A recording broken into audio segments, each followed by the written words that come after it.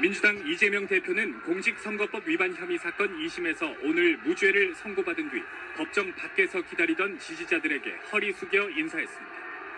현 정권과 검찰이 자신을 잡는 데 소진한 국가 역량을 산불 예방이나 국민 삶 개선에 썼다면 얼마나 좋았겠느냐고 말했습니다. 사실 이 순간에도 어딘가에 산불은 먼저 가고 누군가는 죽어가고 경제는 망가지고 있지 않습니까? 2심 재판부는 더불어민주당 이재명 대표의 공직선거법상 허위사실 공표 혐의를 모두 무죄로 판단했습니다. 앞서 넉 달여 전 징역 1년에 집행유예 2년을 선고한 1심 판단을 뒤집은 겁니다.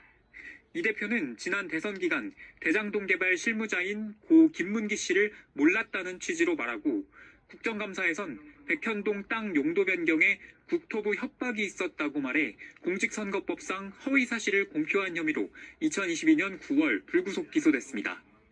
1심 재판부는 이 가운데 2015년 호주 출장 때 고 김문기 씨와 골프를 친 적이 없다는 발언과 이른바 국토부 협박 발언을 유죄로 인정했습니다. 하지만 2심 재판부는 이 대표가 했던 각 발언들을 세세하게 나눈 뒤 모두 검찰 공소사실과 의미가 다르거나 허위가 아니라고 판단했습니다. 그러면서 공소사실에 대한 증명이 합리적 의심이 없는 정도에 이르지 못한다며 무죄를 선고했습니다. 무죄 선고가 내려지자 재판관들을 향해 고개 숙여 인사한 이 대표는 법원 청사를 나와 소감을 밝혔습니다.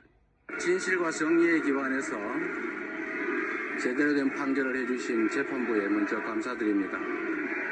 이번 판결은 이 대표가 받고 있는 5개의 재판 가운데 첫 번째 2심 결과입니다.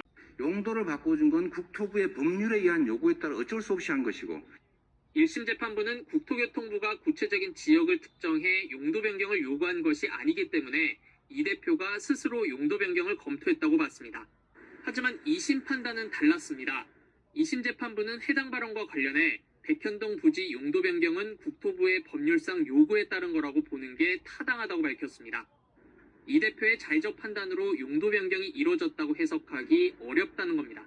만약에 안 해주면 직무유기 이런 걸 문제 삼겠다고 협박을 해서 1심 재판부는 성남시 공무원들이 증인으로 나와 국토부가 협박한 사실이 없거나 그런 말을 못 들었다고 한 점을 들어 해당 발언이 허위사실 공표라고 판단했습니다.